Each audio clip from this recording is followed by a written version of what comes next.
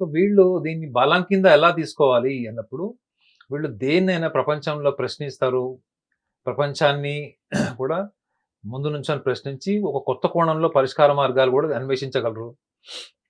ఇంత పరిజ్ఞానం ఉన్న వీళ్ళు ప్రపంచానికి ఎందుకు శత్రువులుగా మారుతారు? ఉమ్, ఒకవేళ నేను ఒక కుంభరాశి వాళ్ళకి ఒక ఊహాత్మకమైనటువంటి ఒక ఒక ఒక ముఖ చిత్రం ఇయ్యాలి అంటే ఒక యోగి చిత్రం ఇస్తానండి. యోగి. ఒక యోగి. ఉమ్, చూడండి వీళ్ళు అందరితో కలిసి ఉంటారు. ఉమ్, వీళ్ళంత గొప్ప స్నేహితులు లేరు. ఉమ్, వీళ్ళంత కష్టకాలంలో పక్కన నుంచిన వాళ్ళు, స్నేహభావం ఉన్నవాళ్ళు, ఆహ్, ఎదుటి వ్యక్తులకు సహాయం చేయాలనుకున్న వాళ్ళు, అన్‌కండిషనల్‌గా అంటే ఎటువంటి బౌండరీస్ లేకుండా ఉమ్, వీళ్ళు ఎదుటి వ్యక్తులకు సహాయం చేయగలరు. మరి ఇన్ని గొప్ప లక్షణాలు ఉన్నవాళ్ళు, వీళ్ళు ఆధ్యాత్మిక జీవితం కూడా ఇంత గొప్ప లక్షణాలు ఉన్నవాళ్ళు ఎందుకు వీళ్ళు వ్యవహారం దగ్గరకొచ్చేటప్పటికి విమర్శలు, మానసికంగా సంఘర్షణ, వీళ్ళని ఎక్కువగా ఎదుటి వ్యక్తులు కొంచెం సినికల్‌గా అంటారు. అంటే విమర్శ క్రిటికల్‌గా క్రిటిసైజ్ చేస్తారు వీళ్ళు. చాలా క్రిటికల్‌గా ఉంటుంది వీళ్ళ criticism. Um, at the same time వీళ్ళు ప్రపంచంలో దేన్ని స్వీకరించరు. ప్రతిదాన్ని విమర్శిస్తారు. ప్రతిదాన్ని క్వెషన్ ఏస్తారు.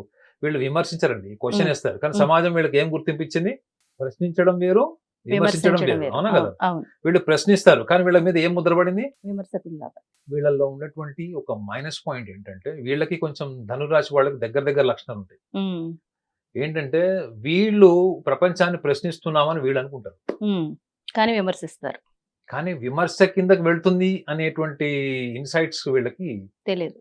టైమ్‌లీ తెలీదు. తర్వాత వీళ్ళు గుర్తుపెట్టుకోండి వీళ్ళు ఏ ఇన్సిడెంట్ అయినా గాని ఉమ్, దాన్ని మళ్ళా రీకన్‌స్ట్రక్ట్ చేసుకుంటారు వీళ్ళు. ఉమ్, అర్థమైందండి? అంటే రిఫ్లెక్టివ్ లెర్నింగ్ అంటే ఉమ్, దేని విషయాన్నైనా గాని ప్రతిబింబం పడతాడు.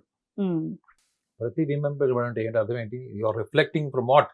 ఉమ్, your past and your real experience. Um, ఈ ప్రతిబింబం అన్నది వీళ్ళకి అనుభవము, కాలంతో పాటు వీళ్ళెప్పుడు వాళ్ళు రిఫ్లెక్ట్ చేసుకొని నేర్చుకునే లక్షణం ఉంటది. ఉమ్, ఇది యోగి లక్షణం. ఉమ్, సభ్య సమాజంలో ఉంటారు. అందరితో ఉంటారు. అన్ని రకాల వ్యక్తులతో ఉంటారు. కానీ వాళ్ళ యొక్క పాత్ర ఏంటి? వాళ్ళు ఎక్కడ డిస్కనెక్ట్ అవ్వాలి? ఎక్కడ టాక్ట్‌ఫుల్‌గా ఉండాలి? ఎక్కడ వాళ్ళు ఉమ్, ఇన్వాల్వ్ అవ్వాలన్న విషయంలో యోగి లక్షణాలు ఉంటాడు. ఉమ్. కాబట్టి వ్యవహారం దగ్గరకొచ్చేటప్పటికి మనం గోచారంలో కూడా ఒకసారి చూసుకోవాలి. ఉమ్.